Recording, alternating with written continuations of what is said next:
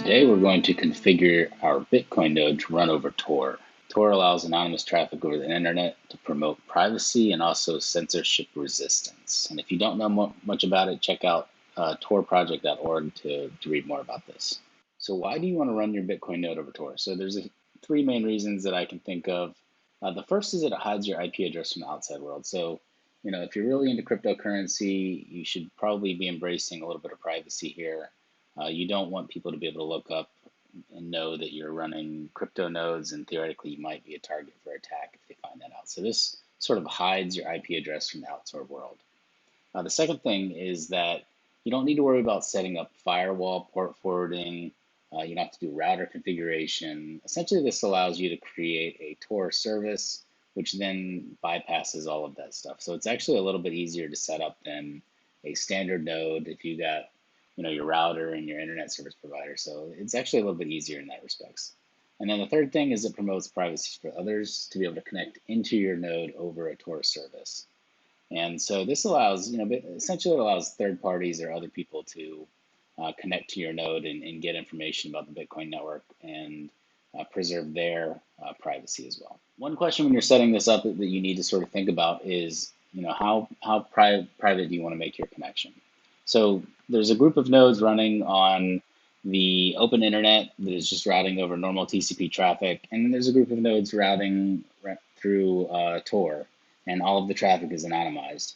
And even if you want to put a node under Tor and run it as a Tor service, you still need to make the decision whether you're going to connect out to other nodes and allow this gap here to be crossed. And really, unless you have a really secure reason or a really big reason not to do this, this helps ensure that both the open internet nodes and the ones running on Tor maintain a connection across that gap there, so that they can stay in sync. But if you have a really big reason why you don't ever want to connect to a plain IP address, you can actually set up your Bitcoin node so it only connects to other Tor services. We're going to try and promote, help the network out. Really just running this for personal privacy. There's no really big risks against running this node. There's not even a wallet running on it, so not going to worry about that too much. So we're going to set this node up so it runs through a Tor hidden service, and then also it will connect out to non-Tor service nodes and make sure that those are all connected and goes across this gap here. The last thing we're going to look at before we dive into the command line here is just taking a look. If you look at the Bitcoin repo here, there's a specific README about Tor support here. So read through this. This has all of the information. It is a little dense, and I sort of had to, when I was setting it up the first time, I had to jump back and forth and try and figure out what was the right thing. And it definitely seems like it's been worked on over a long period of time, and there's new stuff added. So it's a little confusing. But we're going to run through and just do the easiest setup as possible in the Raspberry Pi, and I'm going to walk you through that step by step. All right, so we're back on the Raspberry Pi here, and let's just poke around a little bit, recap where we're at. So we've got a USB drive plugged into the Raspberry Pi. It's a 1 terabyte drive. We've got a couple files there. We've got the source directory, and that's where we pulled down the Bitcoin source and built it all from scratch. And then the other thing that's on here is we've got the data folder, and this is where we're pointing all of the Bitcoin blocks at and nodes.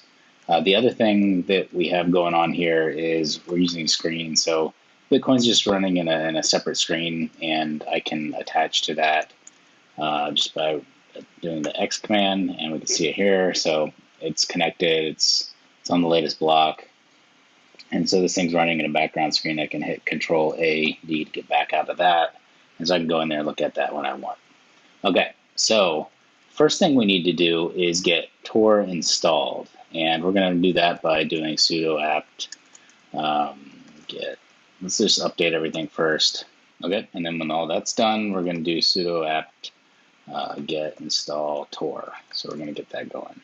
Okay, and once that's been installed, you can do a couple things to check out how things are running. So it should be set up as a system service, and you can do status, and I think it's Tor at default. That's this. Let's see. Yep. So there we go. We're running. You can see it's running Tor CC, run as daemon, sure, everything looks good there. There we go, user bin Tor, all the defaults there. Okay, so the other thing you can sort of look at is you can look at the port listening, and by default, it should be listening on 9050. So when we run that, we can see that it's listening on the local loopback address. So essentially what that means is any service or any app that's running on this computer can use that local address to proxy outgoing requests through this port here. So when we set up Bitcoin, we're going to tell it to point to there as the proxy endpoint to route traffic through. Okay, now we're ready to configure the Bitcoin software. So if we go back and we look at the Bitcoin README here about Tor. So what's confusing in here is that it's got some of the stuff in here is for Tor v2, some of the stuff is for Tor v3. We just installed the latest, which should be v3. So basically, this section 2 here is like it's basically for version 2, and it says for newer versions jump to 3. So when I first was setting this up, I was a little confused the first time, and then I was like, oh, like this stuff is all for the older version. But essentially what we need to do is we need to tell it what proxy to use when Bitcoin runs, and then we need to tell it we want to use a Tor hidden service, and so essentially you just have to pass this listen flag in to the startup command, and that will tell it to create, an ephemeral onion service automatically for you. So you don't have to do anything. You just have to tell it, hey, I want to be able to listen to incoming requests. It'll configure everything for you. Okay. One of the things we need to do is to open up the control port for Tor so that we can allow it to create the Tor service that we want to listen on. And to do that, we just have to run this, open up the Tor CC config file. Down here, you'll see, it's a little hard to read probably on this screen, but the port that Tor is going to listen for local connections for controller applications, right? So essentially we want to uncomment this line. We want to say, okay, we're going to run on control port 9051, that's the default port. And then if you read this, it basically says, okay, we need a way to authenticate connections coming into this port. And we're going to try and use the cookie authentication, which just means that as long as the service running the Bitcoin node has access to the file system to that directory where the cookie is stored, then it should be able to get it and connect. Essentially prevent external people from being able to control Tor services. So I'm going to do that.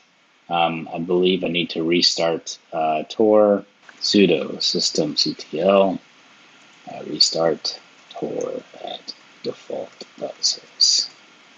Okay, now that Tor has been restarted, if we do another netstat, so before we saw that the 9050 proxy port was open, and now that we've configured the command port, now we can see that's listening as well on the local loopback address here. All right, so once that's finished exiting, we can see the command we were running before, we're just running Bitcoin D directly. And if we remember, we were looking at this configuration here, which says there's sort of two things we need to do. One is we wanted to tell it where the proxy is. So we need to pass it this 9050 port as the one parameter. The other thing is that we want it to tell it to listen. So we said we want it to run as a Tor service. So we're going to do that, and that's what's going to poke into that 9051 port. And finally, there's a command you can say, hey, give me debug information about the Tor configuration when it's coming up so I can troubleshoot if anything goes wrong. So we're going to do that, and we're going to kick it off here. Okay, so we ran into our first issue here, which was mentioned in the configuration here. Basically, there is a cookie file that's running or that's created when Tor starts up, and the user that's running Bitcoin needs to have access to that auth cookie so that it can authenticate against the Tor service.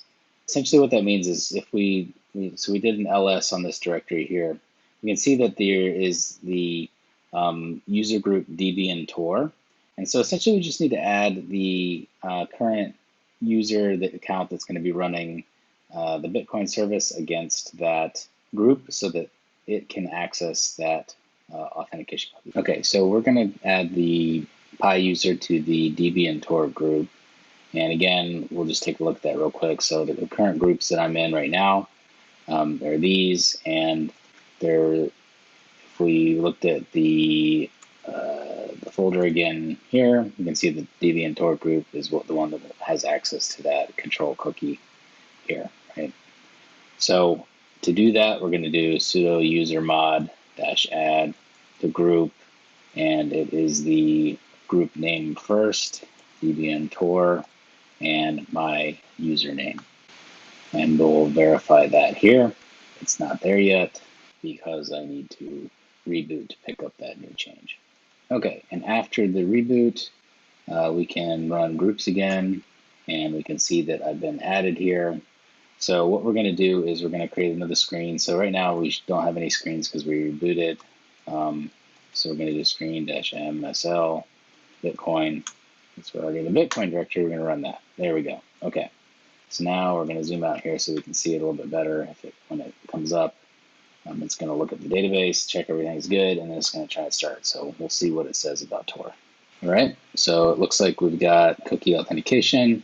Everything's looked good, successful, we're running, and everything looks good. And so this is the Onion service is currently running, and everything looks like it's up and it's running as well. So I'm going to drop out of this screen, Control-AD.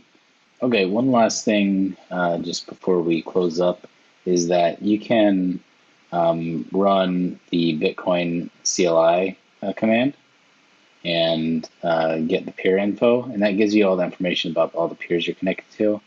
Now, if you grep the word inbound, you can see all of the connections, whether it's inbound or not. And when you're running over Tor, the number of inbound connections you're going to get is going to be much less than if it was just over plain internet. But eventually, you should see some of these turn to true when other nodes connect into your hidden Tor service. All right, so now you've got Tor up and running. You've got your Bitcoin node running over Tor, protecting your private IP address for your home or wherever you're running your node, and things are more secure at this point. And so we're just going to check this out, and eventually I'm going to see whether one of these will probably go to true, and we'll have an inbound connection over the Tor service.